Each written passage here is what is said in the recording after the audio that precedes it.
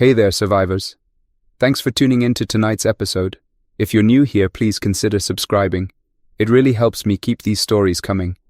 And while you're here, let me know in the comments where you're listening from. Now let's get started. The sound of the reactor had become the rhythm of life, a constant low vibration that you could feel through the soles of your boots and the thin steel walls of the submarine. The air inside the USS Tennessee was stale, dry, and carried the faint smell of machine oil, sweat, and something older that no amount of filters could erase. We had been submerged for nearly 42 days this time, the longest stretch yet without surfacing, and the crew was beginning to fray at the edges. 628 days had passed since we had lost any meaningful contact with the world above. No orders, no government, no command structure, just the deep and the silence. We had not spent all of that time hiding in the dark. Early on, we learned that to survive, we would have to risk surfacing often, no matter how dangerous it was. We'd raided abandoned naval facilities and ransacked ports in North Carolina, Florida, and the Bahamas. We fought for food and oxygen candles at a quarantine naval hospital in Puerto Rico, lost 3 sailors when we tried to siphon fuel from a tanker drifting near Norfolk, and nearly had the entire submarine compromised when a group of infected stumbled onto the dock in Charleston just as we were loading supplies. We'd even taken a few desperate people aboard when there was room, and when we thought it wouldn't endanger the rest of us. It almost always did. Some lasted weeks, others only days. One man, a fisherman from Savannah, tried to steal a sidearm and was shot by our XO in the corridor outside the control room. 2 civilians died of fever months later after we failed to recognize the infection early enough. We buried them at sea, their bodies sliding silently into the cold Atlantic before the weight we had tied to them pulled them under. Those moments had left scars, not just on the crew, but on the way we approached the world. Every decision was measured against the simple fact that there was no one else left to save us. We had tried to hold on to rules at first, clinging to the idea that someone in Washington, Norfolk, or Groton would eventually re-establish control and tell us where to go. But as the weeks became months, and the occasional garbled signal we picked up from the mainland devolved into static and silence, it became harder to pretend we weren't on our own.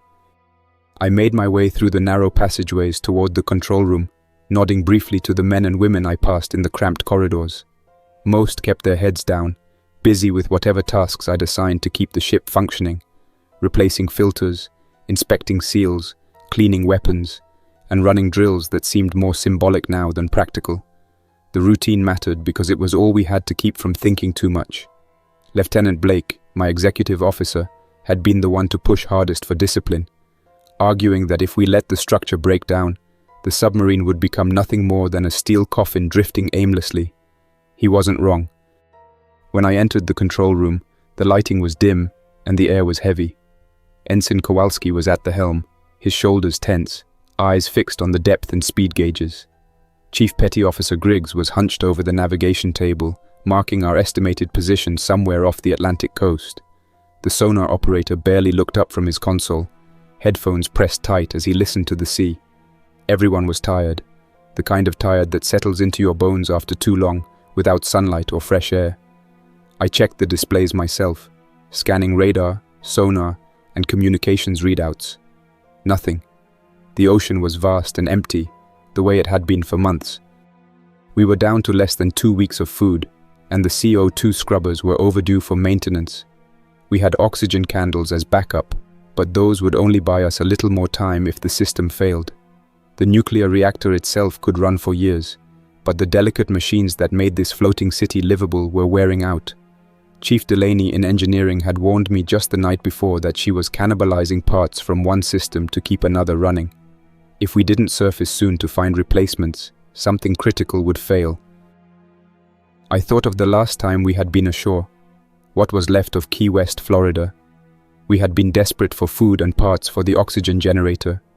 The dockyard had been eerily quiet when we arrived, but as soon as we set foot on land, we realized the infected weren't gone, just hiding. They came at us from the shadows, staggering and sprinting at the same time, and we barely got the supplies aboard before the mob reached the pier. 2 of our men fell behind in the chaos. Blake wanted to go back for them, but the infected were already swarming the dock. I gave the order to submerge, and we watched through the periscope as the two sailors were dragged into the street and torn apart. We had to leave their bodies behind.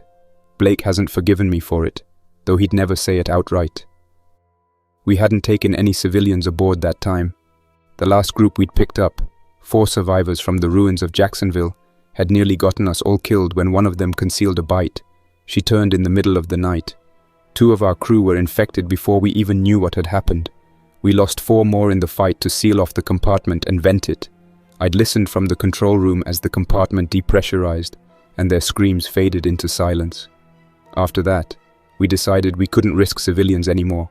It was brutal, but it kept the rest of us alive. That was the reality now. Every mission ashore carried the same risks: infected, raiders, mistakes.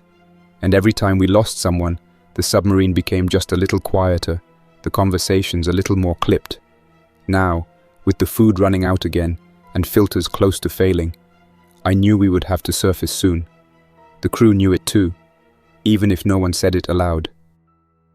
The sonar operator broke the monotony that morning when he stiffened in his chair. "Captain," he said quietly, "I'm picking something up."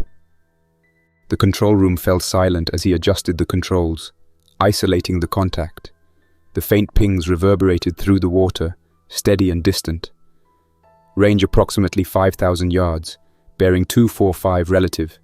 Large displacement vessel. It's not active.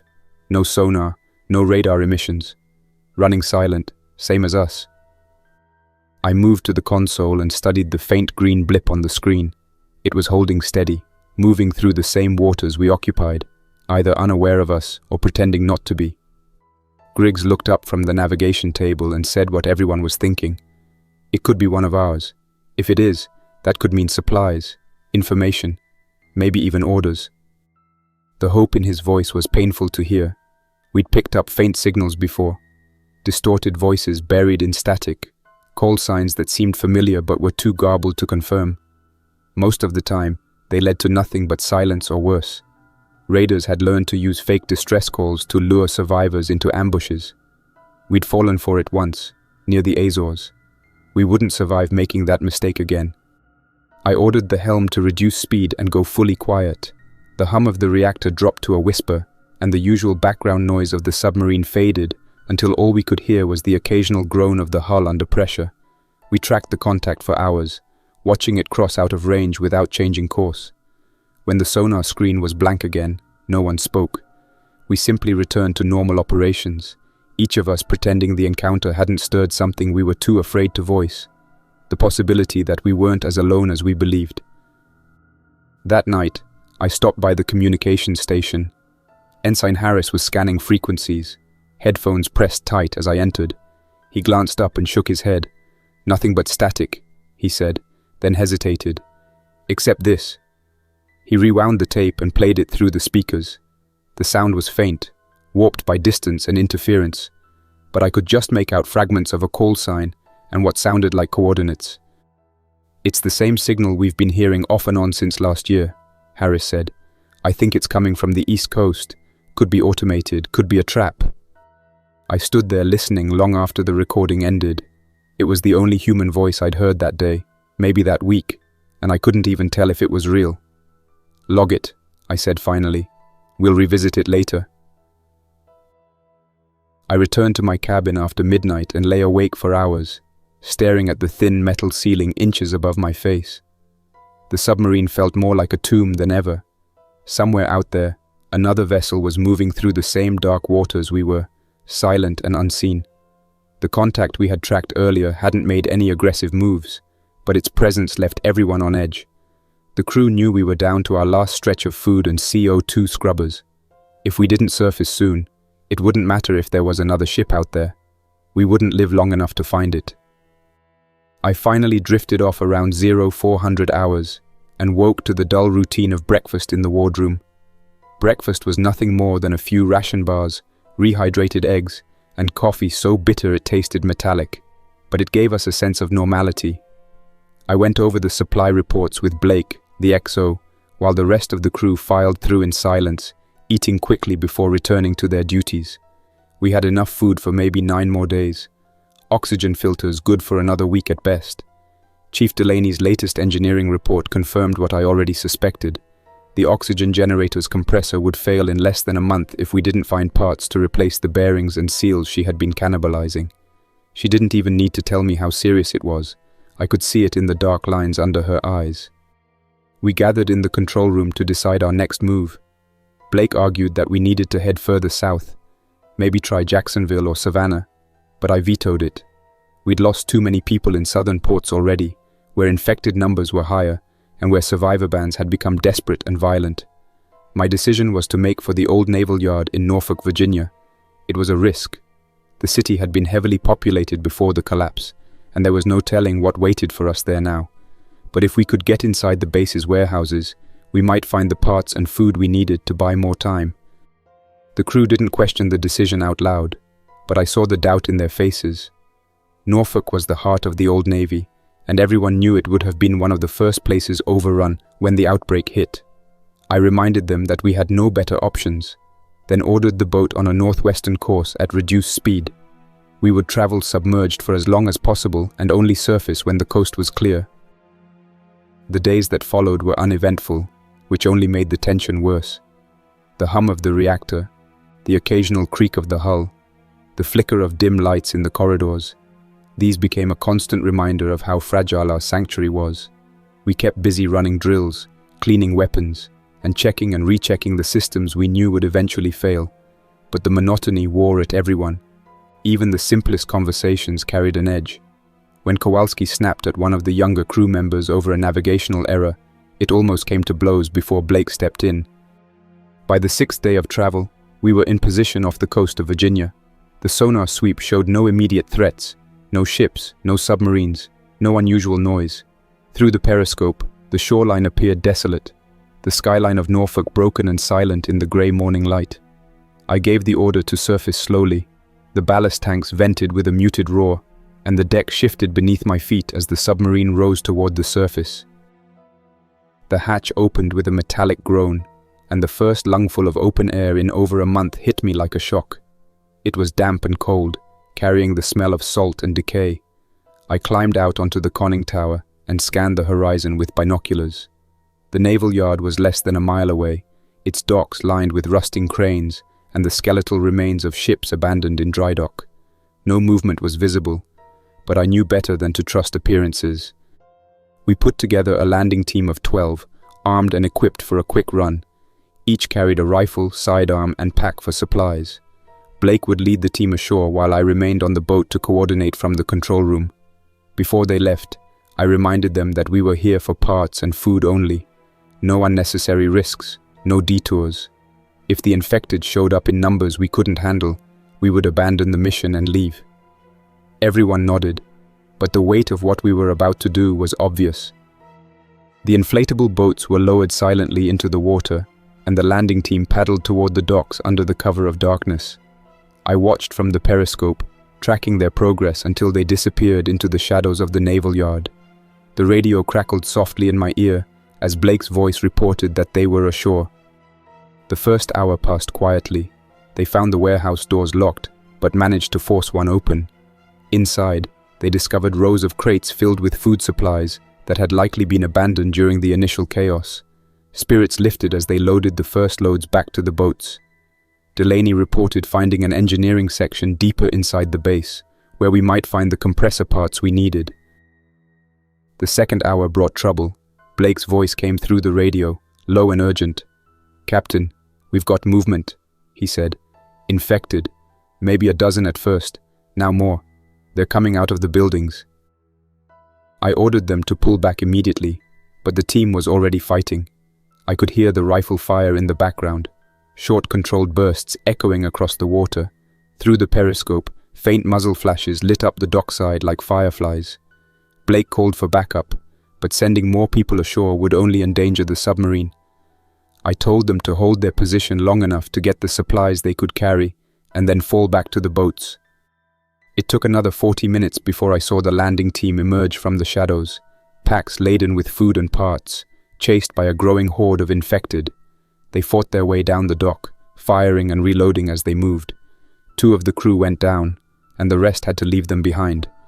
Blake was the last to jump into the boat, covering the retreat with single, deliberate shots as the infected reached the waterline. The outboard motors roared to life, and the boat sped back toward the submarine as the infected stumbled into the surf behind them. We hauled the boats and survivors aboard and sealed the hatches. The submarine submerged as quickly as possible, the ballast tanks filling with water while alarms echoed through the control room. I stood at the sonar display, listening to the cacophony of sound above us. Splashes, distant gunfire, and the screams of the infected as they realized their prey was gone. Then the noise faded, replaced by the familiar quiet of the deep. We had food now, enough for maybe a month, and the parts Delaney needed to keep the oxygen generator alive. But the cost was steep. 2 more names would have to be added to the list of those we had lost.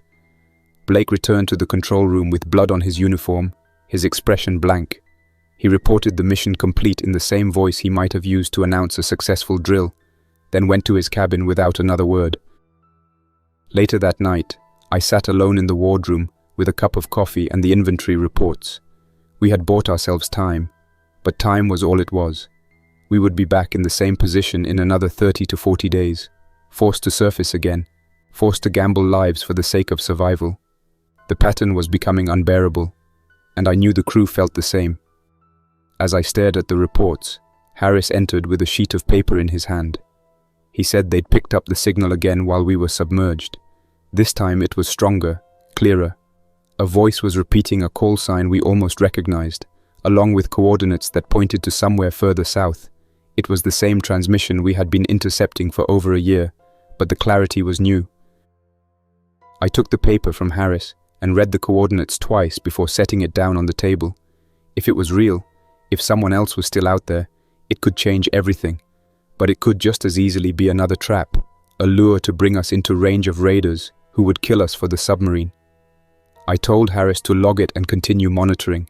We would discuss it later, when the crew had recovered from the mission. The following days aboard the Tennessee were marked by a strange mixture of exhaustion and unease. The Norfolk mission had bought us food and the engineering parts we desperately needed, but the losses weighed heavily on the crew. 2 more names had been added to the growing list of those we had buried at sea, and I could feel the morale slipping again despite the full storerooms. The crew threw themselves into routine maintenance and repair work, but there was no mistaking the tension.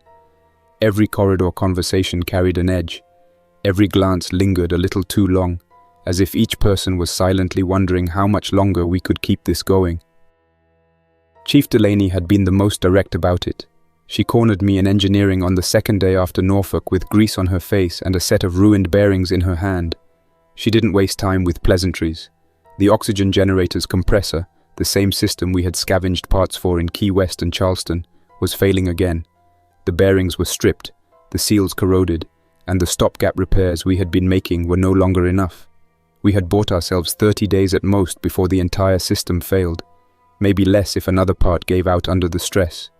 If we didn't surface again before then, and find the right parts, we wouldn't be able to produce enough oxygen to keep the crew alive. I thanked her and told her to keep the system running as best she could, but we both knew what that meant.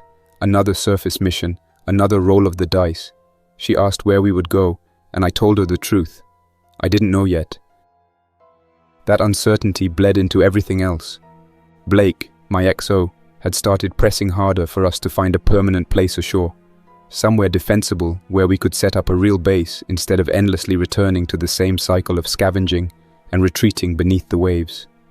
He made his case in the wardroom that evening, speaking calmly but with a conviction that told me this wasn't the first time he'd rehearsed it in his mind. The submarine, he argued, was a steel coffin. Every time we surfaced, we risked losing people to infected or raiders, and even when we succeeded, the reprieve was temporary. Sooner or later, something would break that we couldn't fix, or we would run out of food with no good options left. I reminded him of the dangers we'd faced ashore, the mobs of infected that had overrun entire cities, the survivor groups who would kill us for our weapons or supplies.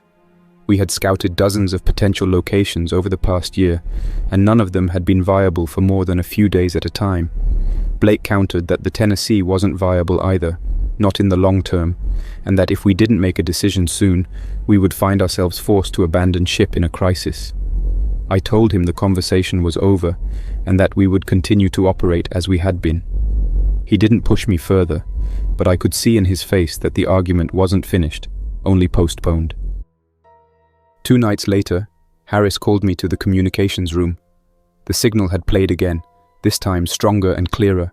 We still couldn't decode all of it, but we were able to pull fragments that hadn't come through before. A call sign, Masonridge, stood out clearly amid the distortion, followed by what sounded like a set of coordinates. Harris looked at me with wide eyes as he replayed it. The Masonridge was a US Navy vessel, or had been once. If it was still afloat, it would be the first operational ship we had confirmed contact with since the outbreak began. We gathered the senior staff and reviewed the data. The coordinates placed the source somewhere to the south, far enough away that it would take us several days of submerged travel to reach the area. Blake argued immediately that we should head for it. If the Masonridge was real, it could mean supplies, information, even other survivors. I wasn't so sure. Raiders had used signals like this before to lure us into traps, and the timing was suspect. But the room was against me. The crew needed hope, and the idea that there might be another US Navy vessel out there was too powerful to ignore. Before we could make a decision, we intercepted another signal. A much older, automated distress call from a civilian cruise ship drifting somewhere near the same quadrant. The ship's beacon had been active for months, maybe longer, but we hadn't picked it up until now because of the interference from other signals. The distress call was weak and unchanging, which usually meant everyone aboard was long dead, but the possibility of finding supplies was enough to sway the crew. I didn't like the idea of investigating a derelict cruise ship. They were floating cities, and if infected had gotten aboard, it would be like walking into a death trap. But the crew was restless, and I could see it in their faces. They needed something to do, something tangible. Sitting beneath the surface waiting for another crisis was driving them mad. Blake and Griggs both supported the mission, arguing that even if the ship was overrun, we could strip it for food and medical supplies without having to risk the kind of urban operations that had gotten so many of us killed ashore. And I gave in. The cruise ship, the Caribbean Star, was exactly where the beacon said it would be. A massive white hull listing slightly as it drifted in the open ocean. We approached cautiously, scanning for signs of life. But the decks were empty. The landing team, myself included this time, boarded at midships and immediately encountered the first bodies. They had been dead for a long time, skeletal remains in cabins and stairwells, evidence of a desperate fight for survival during the early days of the outbreak. The ship's size worked against it. There were too many blind corners, too many dark spaces. We moved slowly, methodically clearing each deck as we searched for supplies. The infected we encountered were easy enough to dispatch, slow, emaciated, and trapped in small clusters in sealed-off corridors. We killed them quickly and quietly with suppressed weapons, careful not to draw any more from the shadows. The real find came in the galley and storage areas. Dozens of cases of canned and dried goods were stacked neatly on pallets, untouched. There were crates of bottled water, medical supplies, and other essentials that would keep us going for months. We filled our packs and the cargo slings we had brought, ferrying load after load back to the Tennessee. No one spoke much during the operation. We were all too aware of the ghosts surrounding us. One unexpected discovery caused a stir among the crew. The ship's bar and liquor storage were almost completely intact. Cases of whiskey, rum, wine, and beer lined the shelves, most of it still sealed. We debated what to do with it. Alcohol could be dangerous in a place where focus and discipline kept us alive.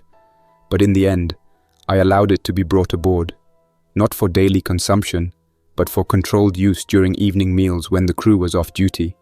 It was a small concession, but I could see the relief on their faces. We left behind the things we didn't need: cigars, luxury goods, anything that would take up space better used for food and medical equipment, and burned the last of the infected we had found in one of the ship's cargo bays before departing. When we finally submerged again and left the Caribbean Star drifting behind us, no one had died. That alone felt like a victory. The mood aboard the Tennessee shifted slightly after that. It wasn't exactly joy, but it was something better than despair.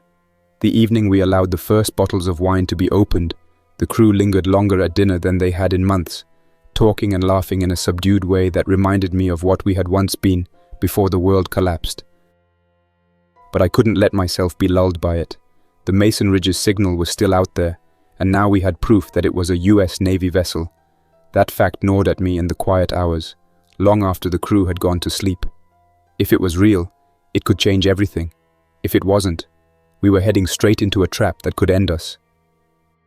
We set course toward the coordinates, navigating submerged as much as possible.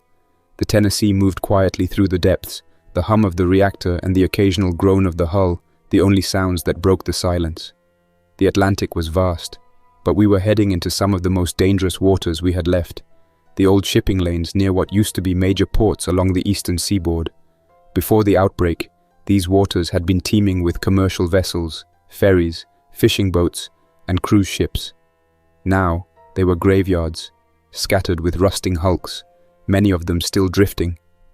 Navigating through them submerged was risky. The sonar map was cluttered with wrecks, and one miscalculation could tear the hull open. The crew kept busy with their stations, but I could feel the tension building again.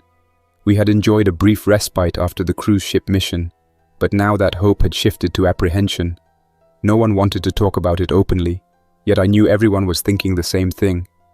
If the Masonridge was real, what condition would it be in? If it wasn't, who or what was luring us in? Blake tried to coax optimism out of the crew, making himself more visible in the corridors, checking in on them during drills, but I knew he was as uncertain as I was. On the 5th day of travel, our sonar operator picked up something unusual, a cluster of surface contacts moving together at low speed about 20 nautical miles ahead. They weren't large enough to be military vessels, but they weren't drifting aimlessly either. Their formation was deliberate, the kind you only saw when ships were working in coordination. I ordered the Tennessee to slow and approach cautiously, rising just close enough to periscope depth to see them. Through the lens, I could make out a flotilla of heavily modified fishing boats and trawlers. There were at least 8 of them, all lashed together by makeshift tow lines, their decks bristling with mounted weapons. Many of the vessels carried tall antenna arrays, and I could see barrels and fuel drums stacked haphazardly along the decks. Men and women in weather-beaten clothing moved purposefully among the ships, and even from a distance I could see they were armed. These weren't just scavengers trying to survive. This was a raiding group, a mobile force operating like a small navy of their own. I dropped the periscope and conferred with Blake and Griggs. We all knew what this meant. If we tried to go around them, we would lose precious time, and there was no guarantee we wouldn't be detected anyway. If we surfaced to attempt communication, we would be at their mercy. Blake suggested we rise under cover of darkness and observe them further before making a decision, so we backed off and waited. That night, we surfaced at a distance of 3 nautical miles and raised the periscope again. The flotilla was anchored in a rough semicircle, using one of the larger fishing vessels as the hub. Fires burned on several decks, and I could see groups of people gathered around them. We monitored radio frequencies and picked up short, coded transmissions between the ships, confirming that they were organized. We would have to pass dangerously close to them to stay on course for the Masonridge's signal. The following morning, as we crept forward at reduced speed, we were detected. It was subtle at first. A small skiff detached from the flotilla and began trailing us, keeping just outside of the range where we could have dismissed it as coincidence. Then another boat joined, shadowing our path like a wolf circling prey. Blake was on edge, standing over the sonar operator's shoulder, and I could see the crew tensing at their stations. An hour later, the flotilla's flagship hailed us directly over a wideband radio frequency. The voice on the other end was male, calm, and too practiced to be anything but rehearsed. He knew who we were, or at least what we were.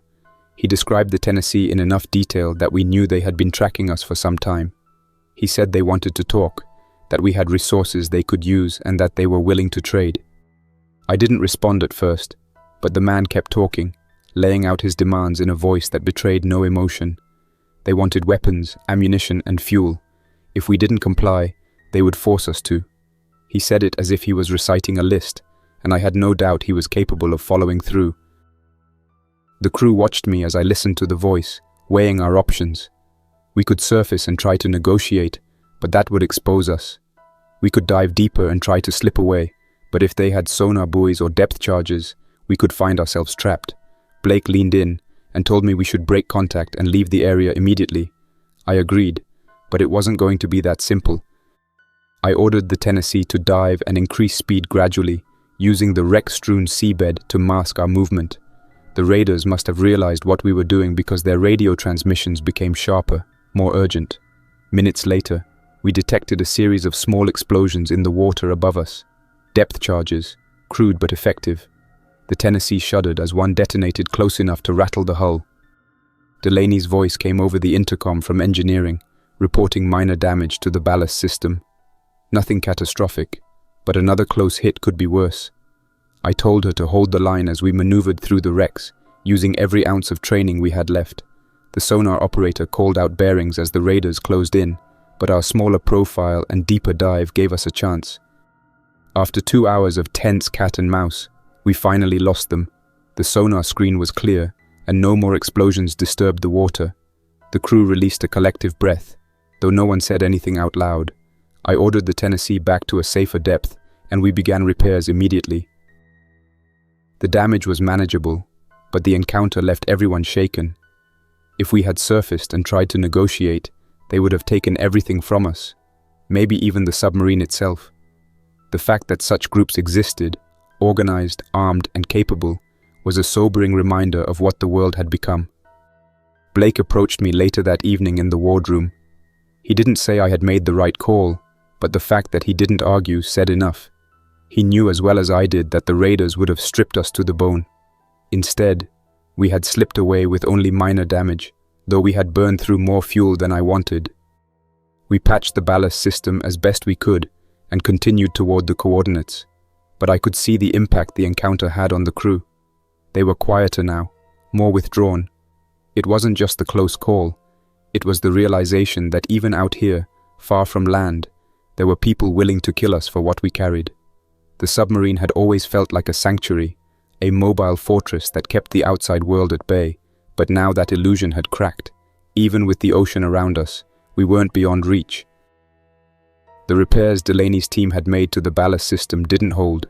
2 days later, a series of warning lights flickered across the engineering console, followed by the sickening tilt of the deck as one of the aft tanks failed to equalize. We were forced to rise to periscope depth to avoid drifting into an uncontrolled dive, and the damage reports that followed made the decision for me. We couldn't risk continuing submerged without stabilizing the system.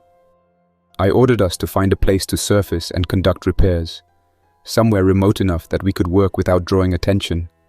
Griggs studied the charts and pointed out a small civilian harbor about 30 nautical miles west, part of a once popular seaside town that had been bypassed by most major shipping lanes.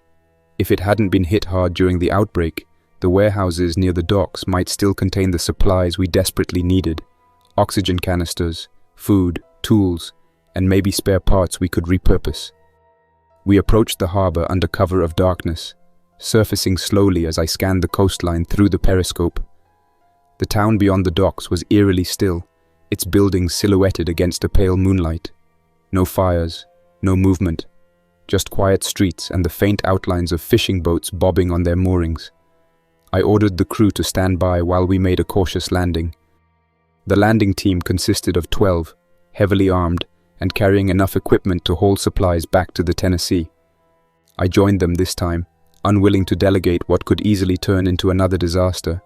Blake wasn't happy about me going ashore, but he didn't argue. We climbed into the inflatable boats and paddled silently toward the docks, our breath clouding in the cold night air. The harbor was lined with warehouses, their doors chained shut or left hanging open after years of neglect. We split into 3 groups, each assigned to clear and search one building at a time. My team took the largest warehouse near the end of the pier. Inside, the air was heavy with dust and the faint smell of mildew. Our flashlights illuminated stacks of crates and pallets, many of them still sealed and bearing the logos of food distributors and industrial suppliers. It would have been a moment of relief if not for the sound that greeted us as we advanced deeper into the building, the slow, ragged breathing of the infected. Dozens of them were scattered throughout the aisles, dormant and slumped against the walls, their heads bowed as if asleep. They weren't truly unconscious. We had learned long ago that these things never really rested. They simply became less active in the dark, conserving energy until a noise or a scent stirred them awake. We moved carefully, stepping around them as we located the supplies we needed. Every clatter of a dropped can or scuff of a boot echoed like a gunshot in the cavernous space. I signaled to the others to keep quiet, my hand gripping the rifle tighter than necessary. One of the younger crewmen, a sailor named Ramirez, was visibly shaking as he hoisted a crate of oxygen canisters onto his shoulder. We had nearly finished loading our packs when the inevitable happened. One of the infected stirred, its head snapping up at the sound of a box toppling from a precarious stack. Its milky eyes fixed on us, and it let out a guttural noise that reverberated through the warehouse. The others began to stir almost instantly, their bodies lurching to life with a jerky, unnatural speed. There was no time for silence now. I shouted for the team to fall back as we opened fire in short, controlled bursts, cutting down the closest infected as we retreated toward the exit. The gunfire echoed off the walls, drawing more of them from deeper in the building.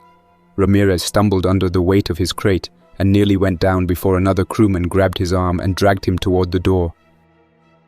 Outside, the other two groups were already converging on the dock, burdened with their own hauls of supplies. We formed a defensive line as the infected poured out of the warehouse behind us, their howls cutting through the night. We couldn't carry everything we had gathered, but abandoning the crates we couldn't manage was better than losing lives. The inflatable boats rocked dangerously as we clambered aboard, pushing off just as the first infected reached the edge of the dock. A few plunged into the water after us, thrashing aimlessly in the dark waves, but they didn't follow far. The Tennessee's hatch clanged shut behind us minutes later, and we submerged immediately, leaving the harbor and its horrors behind. The operation had been a success, at least on paper. We had secured oxygen canisters, food, and enough tools to make the necessary repairs to the ballast system.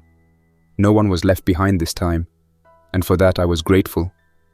But something about Ramirez's demeanor on the way back nagged at me. He had been unusually quiet, his face pale even in the dim lighting of the submarine.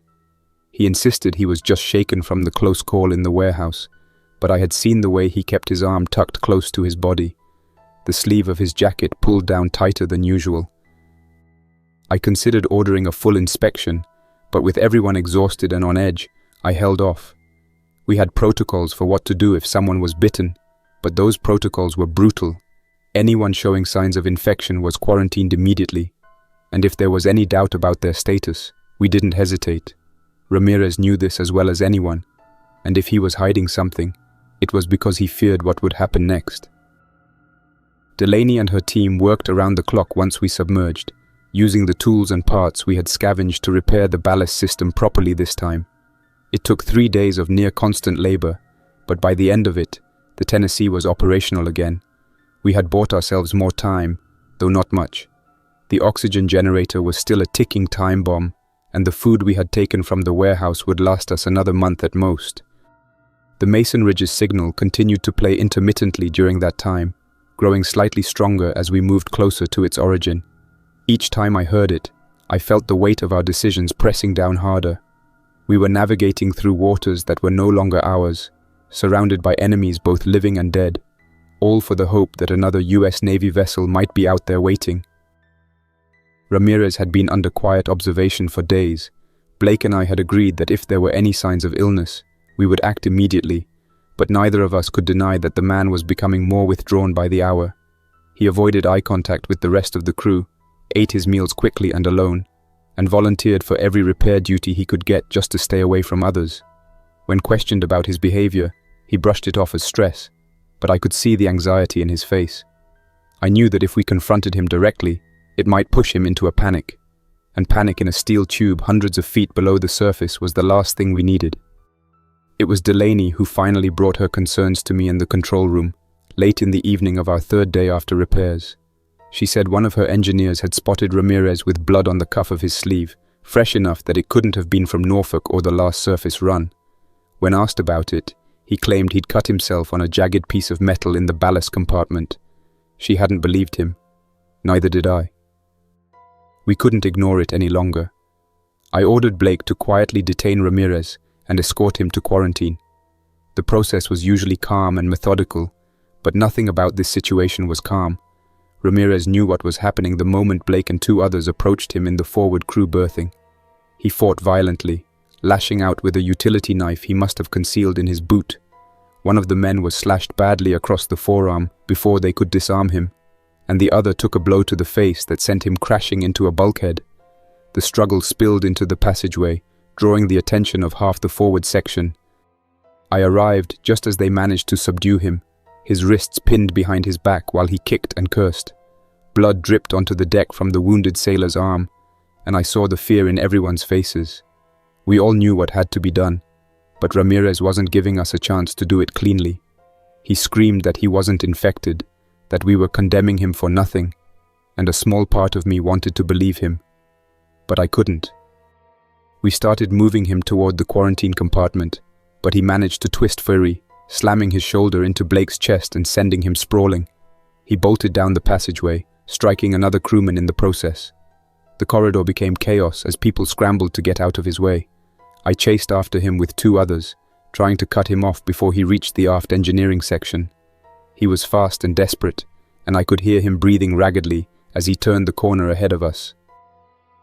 By the time we caught up, he had already forced his way into the auxiliary equipment room, where several crew members were working on a minor power fluctuation. He struck one of them in the face with the butt of the knife handle before anyone could react, breaking the man's nose and dropping him instantly. Another tried to grab him from behind and was thrown hard into a locker. The room erupted into a frenzy of shouting and struggling as I forced my way inside. We finally managed to corner him against a bulkhead, but the damage was already done. Two men lay badly injured, and Ramirez was a danger to anyone near him. I gave the order for everyone to fall back and seal the compartment, but not everyone could get out in time. He lunged at the door as it was closing, dragging one of the injured men with him, and the heavy wheel clanged shut just as he crashed against it from the other side. We could hear him pounding on the steel, screaming for us to let him out. I stared at the hatch, my mind racing through options. If he was infected, he would turn soon, and when he did, everyone trapped in there with him would be at risk. I had to consider the safety of the rest of the submarine. There was no way to sedate him, no way to bring him back under control without opening that hatch and potentially letting him out. Blake joined me at the sealed door, his face pale. "We can't take the chance," he said. "If he turns and they can't stop him." I nodded slowly. I didn't want to say the words out loud, but the crew watching from the corridor could see it in my eyes. I ordered the compartment to be vented. Delaney hesitated for a moment when I gave the order over the intercom, but she knew it was the only way. The auxiliary room was part of a section that could be depressurized in emergencies to extinguish fires or expel toxic gas. She rerouted the valves and opened the outflow vents. There was a sudden, hollow roar from beyond the hatch as the air was sucked out of the compartment. The pounding on the door became frantic for a few seconds, then stopped altogether. When the room was safe to enter again, we opened the hatch and stepped inside. Ramirez lay on the deck alongside the two men who hadn't made it out in time. Their eyes were open but glassy, their bodies limp. There was no satisfaction in what we had done, only a hollow sense of necessity. The crew dispersed in silence, but I could feel the fracture forming. Everyone knew we couldn't have done anything differently, but the image of those bodies being carried past us to the cold storage compartment would haunt us for a long time. For some, it confirmed their growing belief that the submarine wasn't a sanctuary anymore, that it was a coffin waiting for its turn to be sealed. Blake didn't say anything to me for the rest of the night. He didn't have to. I could see it in his expression every time our eyes met. The following morning, we turned our attention back to the Masonridge signal. Harris had been working tirelessly to decode the encrypted fragments we had recovered weeks earlier, and with the stronger transmissions we were now receiving, he finally had a breakthrough. The data resolved into a clear message. "This is the USS Masonridge, United States Navy. We are afloat and operational. Any surviving US naval assets, respond." The room fell silent as the words played over the intercom. It wasn't just another automated distress call. It was a deliberate transmission from another US vessel. We now had confirmation that the Masonridge was real, that it was transmitting from somewhere off the East Coast, and that it was asking for contact. For the first time in months, there was an electric ripple through the crew that wasn't fear or despair. People leaned closer to the speakers, almost as if hearing the voice again might make it more real. We analyzed the data repeatedly, plotting the coordinates the Masonridge had provided. They led us to an isolated stretch of the eastern seaboard, not far from where the remains of the Chesapeake Bay naval installations would be located. It was familiar territory to me from earlier in my career, though I knew nothing we remembered from before the outbreak would resemble reality now. The Masonridge's messages had been transmitted from there. At least that was what our triangulation suggested. Harris was the one who suggested we wait and listen for additional transmissions before making our move, but the crew's morale was brittle, and waiting felt like inviting more fractures. I decided we would proceed immediately, staying submerged until we could survey the location. We couldn't afford to announce our presence blindly. The journey took several days. We approached carefully, slipping through deeper waters and avoiding any routes that might force us close to population centers or ports that had likely been overrun. When we finally reached the designated coordinates, we surfaced at night just offshore, raising the periscope as the moon illuminated a broad estuary and the shadowed outlines of crumbling naval facilities. It was Griggs who noticed the signs first. Through the scope, you could see sections of the shoreline that were far too clean, cleared of the debris and skeletal remains that littered most abandoned bases. Lights, real lights, burned faintly from the remnants of old hangars, and we could see defensive positions marked by sandbags, makeshift walls, and armed figures moving in patrols. Whoever was there, they weren't just surviving. They were organized and entrenched. We spent the next 24 hours observing from a distance, staying just deep enough to avoid detection, while Harris monitored the Masonridge's signal. That was when he discovered the truth. The transmission wasn't being broadcast directly from the Masonridge at all.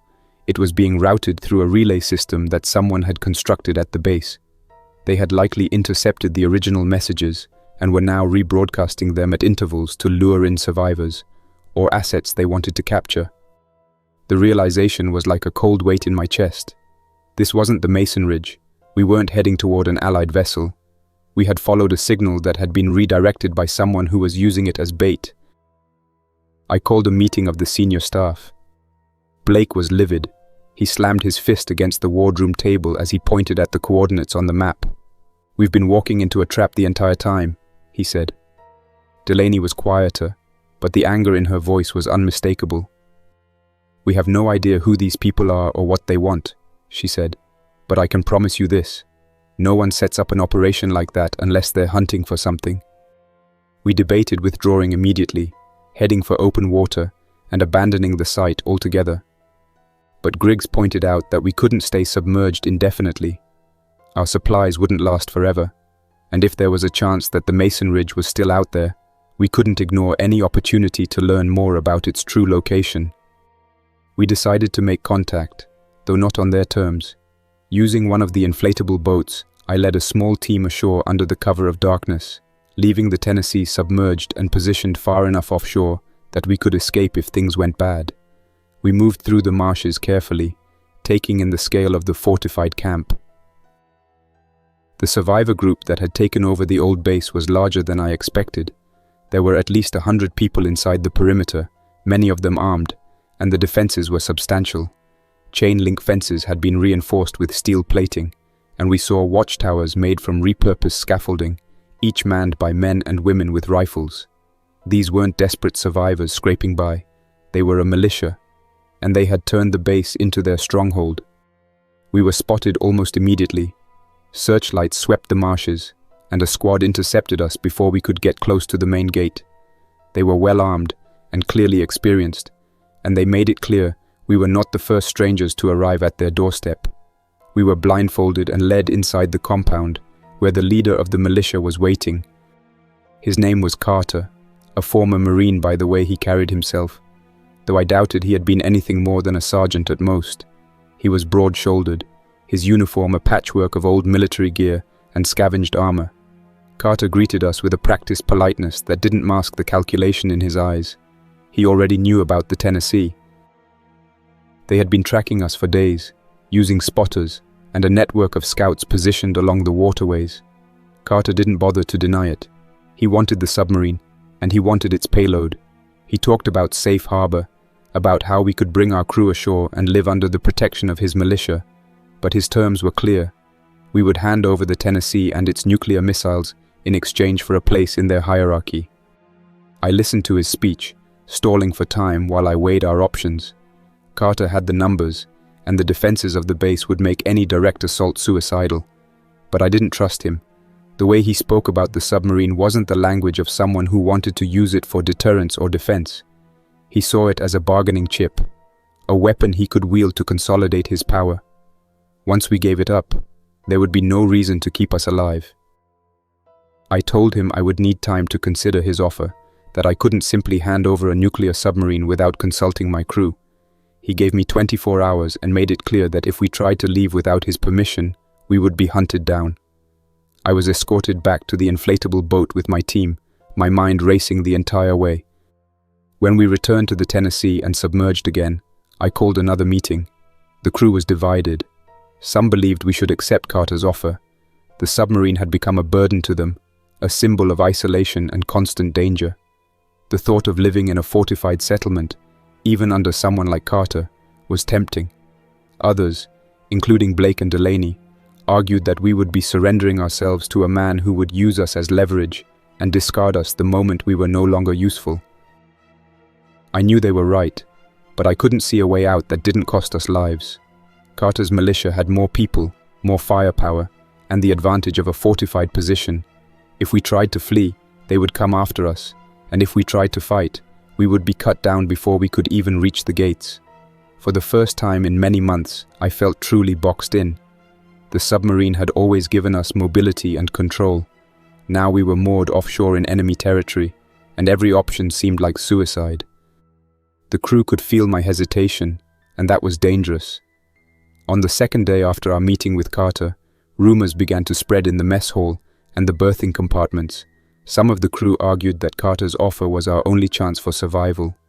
Others whispered that the Tennessee was a death trap, that we were just waiting for the next mission ashore, or mechanical failure to kill us all. Blake and Delaney did their best to shut down the mutterings, but even they couldn't deny the desperation simmering just below the surface. The mutiny didn't start as a dramatic event. It grew quietly, fueled by fear and exhaustion. A group of crew members approached me in the control room, led by Senior Petty Officer Turner, a man I had served with since before the outbreak. He was blunt, telling me that half the crew had decided we would accept Carter's offer, whether I agreed or not. If I refused, they would take the Tennessee by force and deliver it to the militia themselves. Turner's words carried weight. He claimed Carter's militia had deployed deep-sea missiles and underwater mines in the waterways around the base. If we tried to escape, we wouldn't make it far before being blown apart. He reminded me that we were low on fuel, that the oxygen generator was still one mechanical failure away from catastrophe, and that the crew was tired of gambling their lives every 30 days for a little more food and air.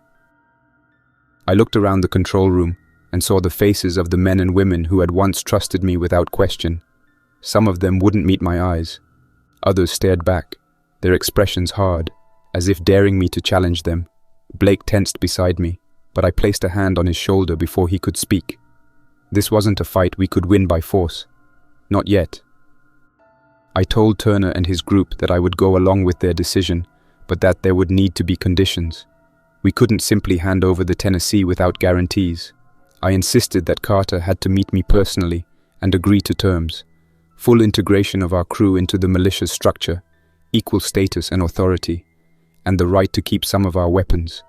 I made it sound like a reasonable compromise, the kind of negotiation any leader would make to ensure the safety of his people. Turner accepted the terms, but warned me not to delay. But I was only stalling for time. As soon as Turner and his group left the control room, I gathered Blake, Delaney, Griggs, and Harris. We didn't have many loyal crew members left, but the ones who stood by me understood that Carter had no intention of honoring any agreement. If we handed over the Tennessee, he would strip it for everything it was worth and discard the rest of us. We needed a distraction, something big enough to draw the militia's attention while we regained control of the submarine. I decided to send a small group ashore under the guise of preparing for surrender. They would carry timed charges and place them on key infrastructure around the base, fuel depots, communications towers, and the gates controlling access to the docks. The explosives wouldn't destroy the entire compound, but they would cause enough chaos to give us a window. Before we left, I made one more calculated move. The crew members who had openly supported Turner's rebellion would be disembarked first, told that they were being sent ashore to prepare for Carter's acceptance of our surrender. They went willingly, believing they were the vanguard of a new beginning, and as they marched down the gangway into the docks, I saw Carter's militia waiting to escort them inside the compound. Once the defectors were off the submarine, I gave the order to secure the hatches and prepare for departure. That was when the shooting started. One of the loyal crew members tried to disarm Turner before he could alert Carter to what we were doing, and the situation spiraled out of control in seconds. Gunfire erupted in the passageways as the remaining rebels fought to seize the control room. The Tennessee's narrow corridors became a killing ground. I moved with Blake and Harris, methodically clearing compartments and retaking the helm. We avoided using grenades or heavy weapons. Any damage to the hull could doom us all. The firefight lasted nearly 20 minutes before the last of Turner's rebels were neutralized or restrained. The sounds of their boots echoing in the corridors were replaced by an uneasy silence. We had regained control of the submarine, but we were still trapped. Carter's militia knew something was wrong, and they were moving to secure the docks. I could see them through the periscope as they rushed to block the Tennessee from leaving, using vehicles and makeshift barriers. We couldn't fire on them directly. Any damage to the dock could pin us in place.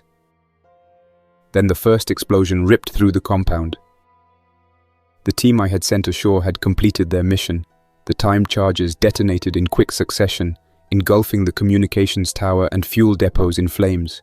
The militia's defensive line crumbled as men and women scrambled to contain the fires. We used the chaos to cast off our lines and back the Tennessee away from the pier, the ballast tanks venting as we prepared to dive. That was when sonar detected the horde. The explosions had carried for miles, and the noise had drawn the infected from the surrounding areas.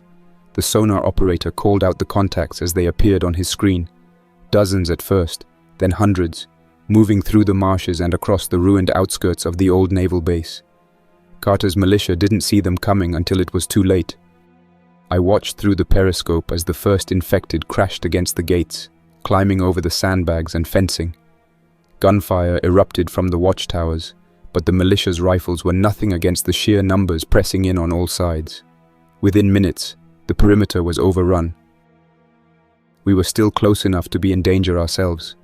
If the infected reached the docks in time, they could swarm the Tennessee before we submerged. We had to act. The Tennessee carried Tomahawk cruise missiles in addition to its strategic payload, weapons designed for precision strikes on land targets. I had never expected to use them this way, but I didn't have a choice. I selected coordinates that would obliterate the docks and the base's central compound, ensuring the infected wouldn't be able to follow us into the water.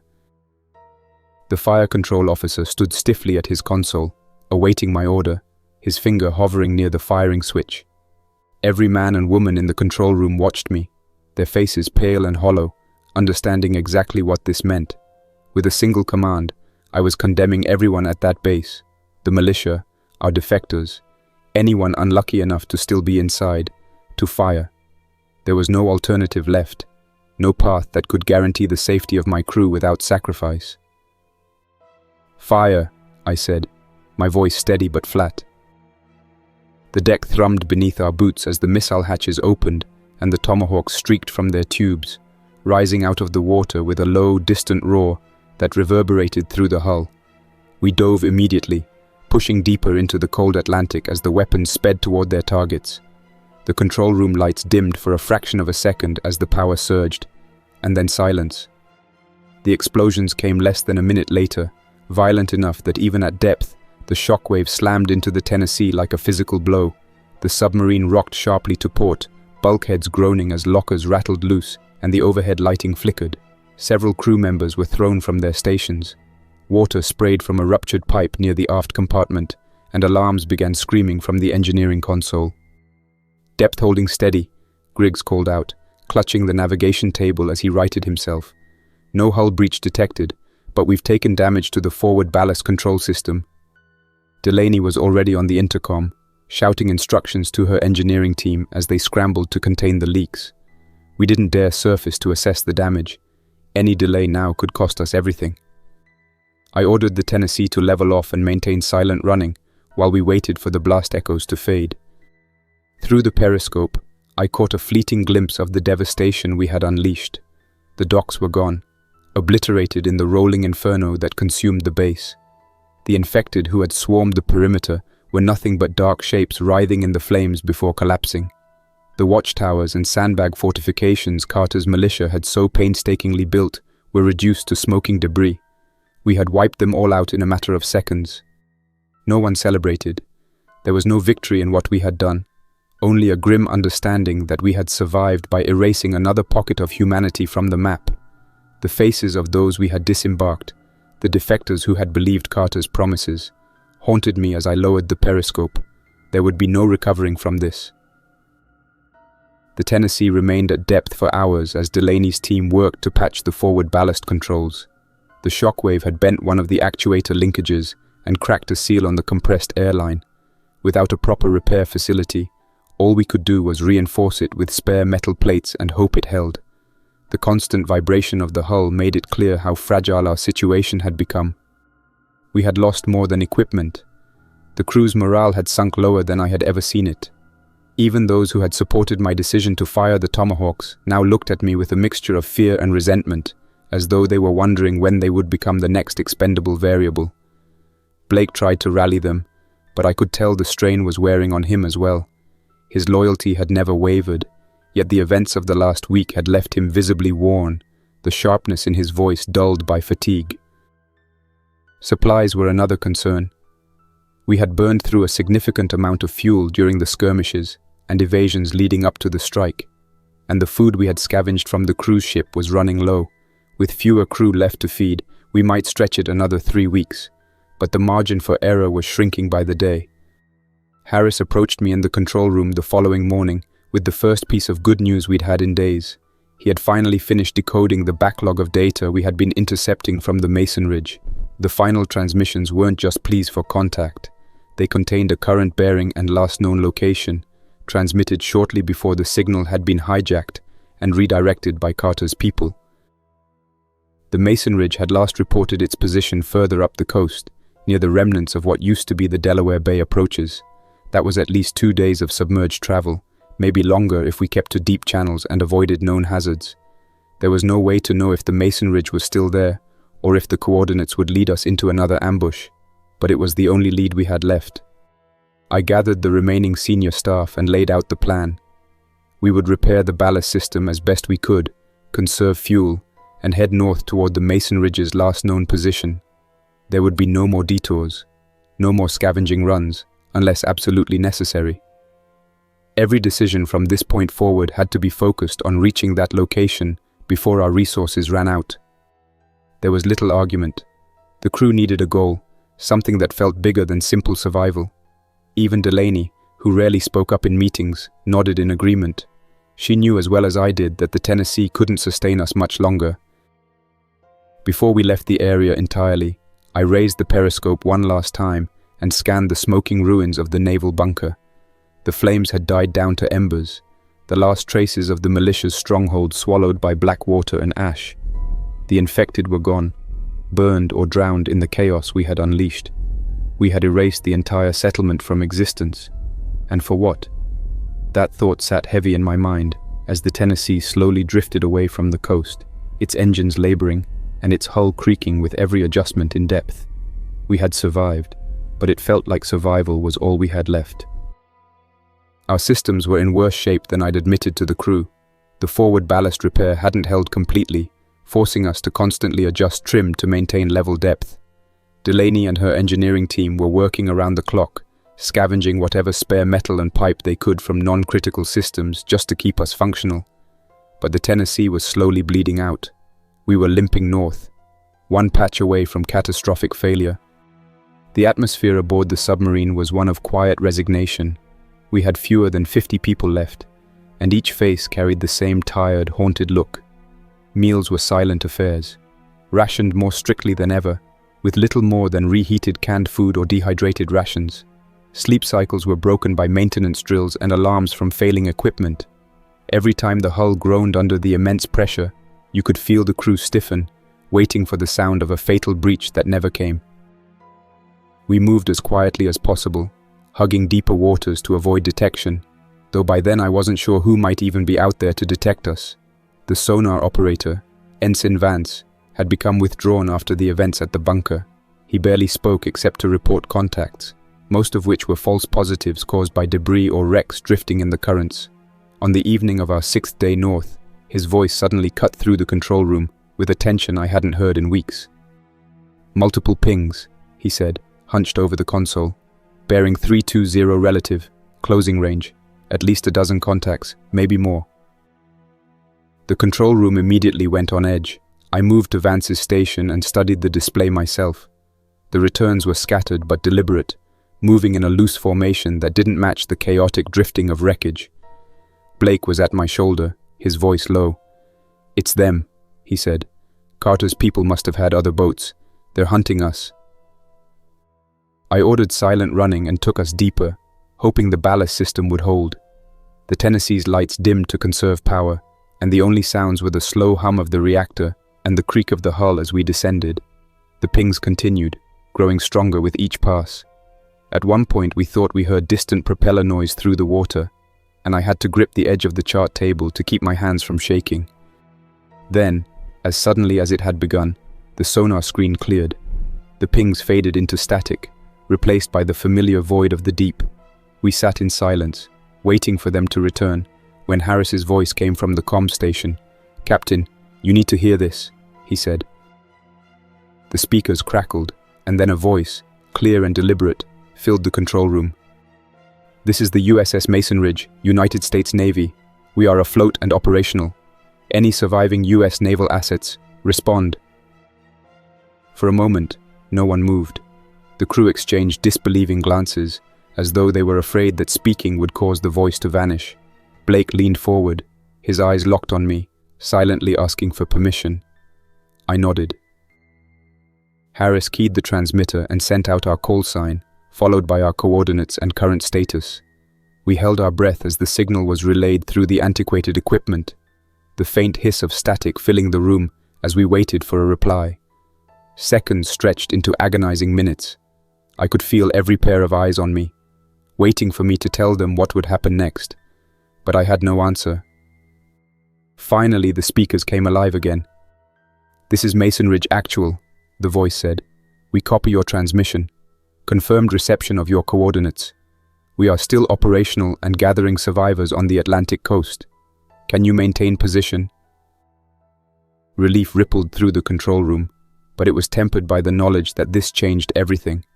If the Masonridge was real, if they truly had a base of operations on the coast, it could be the lifeline we had been hoping for since the outbreak began. But there was no way to know if they could be trusted, not after what had happened at the bunker. I took the microphone from Harris and responded. "This is the Tennessee," I said, my voice steady despite the adrenaline coursing through me. "We're damaged but mobile. We'll adjust course to your position."